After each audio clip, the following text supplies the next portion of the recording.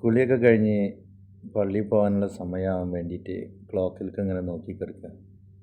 അങ്ങനെ ഒടുവിൽ സൂചി ഓടി ഓടി ആ സമയത്തെത്തി. അങ്ങനെ റൂമിൽ നിന്ന് തന്നെ ഒന്നെടുത്ത് പോവലാണ് പതിവ്. വെള്ളിയാഴ്ച ആയതുകൊണ്ട് വെള്ളക്കുപ്പായാണ് പതിവ്. അങ്ങനെ തേച്ച് പടിവത്തെ വെള്ളക്കുപ്പായിട്ട് തലയിൽ സ്ഥിരം തേക്കുന്ന ഹെയർ ഫുഡ് ഫോർമുലയാണ്. അത് തേച്ച് ഒന്ന് ഡ്രയറൊക്കെ അടിച്ച് മുടിയൊക്കെ സെറ്റാക്കി.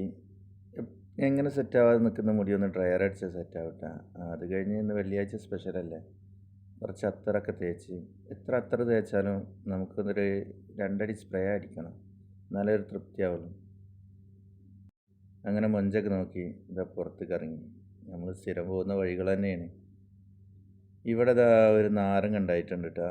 ഈ നാരങ്ങ സത്യത്തിൽ എന്താ ചെയ്യാന്നുള്ളത് അറിയില്ല. അത് തിന്നുന്നതാണോ, അച്ചാറിടുന്നതാണോ, പഴുപ്പിക്കുന്നതാണോ എന്താണെന്നൊരു ഐഡിയ ഇല്ല.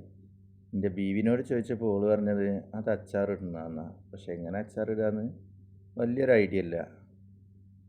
അങ്ങനെ പുറത്ത് ചെറിയ ചൂടുള്ള കാലാവസ്ഥയിൽ ഈ മരങ്ങൾക്കിടയിലൂടെ ഇങ്ങനെ നടന്ന് നമ്മളെ വണ്ടീൻ്റെ അടുത്തേക്ക് പോവുക. അതൊക്കെ എടുക്കണേ നമ്മളെ വാഹനം. വെള്ളിയാഴ്ച ദിവസത്തിന് വളരെ പ്രത്യേകത തോന്നാറുണ്ട്. മെയിനായിട്ട് ചുമ, പിന്നെ ഒരു പ്രത്യേക വെളിച്ചാണ്. പിന്നെ ഞാൻ വീഡിയോ എടുക്കുന്ന കണ്ടിട്ട് സലീം ഭായി നോക്കുക എന്താ ഇപ്പോൾ സംഭവം എന്നുള്ളത്. അങ്ങനെ മൂപ്പര് ചെറിയ പോസിങ്ങൊക്കെ തന്നിട്ട് വണ്ടി കയറി ഞങ്ങളിതാ അങ്ങനെ പള്ളിയിലേക്ക് പോവുകയാണ്. വീട്ടിൽ നിന്ന് ഇറങ്ങി നേരെ റോട്ടിലേക്ക് എത്തി. റോട്ടിലേക്ക് ഇറങ്ങിയപ്പോൾ ഫോണ് സലീം ഭായിൻ്റെ അടുത്താട്ടോ കൊടുത്തിക്കണേ. മൂപ്പരാണ് ഈ വീഡിയോസൊക്കെ ഷൂട്ട് ചെയ്യുന്നത്. വലിയ കുഴപ്പമില്ലാതെ മൂപ്പര് ഷൂട്ട് ചെയ്തെടുത്തിട്ടുണ്ട്. അങ്ങനെ പള്ളിയിൽ പോകുന്ന സമയമായതുകൊണ്ട് റോട്ടിലൊക്കെ വളരെ തിരക്ക് കുറവാണ്. ഞങ്ങളിത് റൗണ്ട് അബൌട്ടൊക്കെ തിരിഞ്ഞ് നേരെ പള്ളീൻ്റെ അടുത്തേക്ക് പോവാണ്. എല്ലാ വെള്ളിയാഴ്ചയും ഈ പള്ളിയിലാണ് ജുമാ നിസ്കരിക്കാൻ പോകല് സ്ഥിരമായിട്ട്. അതിനൊരു കാരണമുണ്ട്.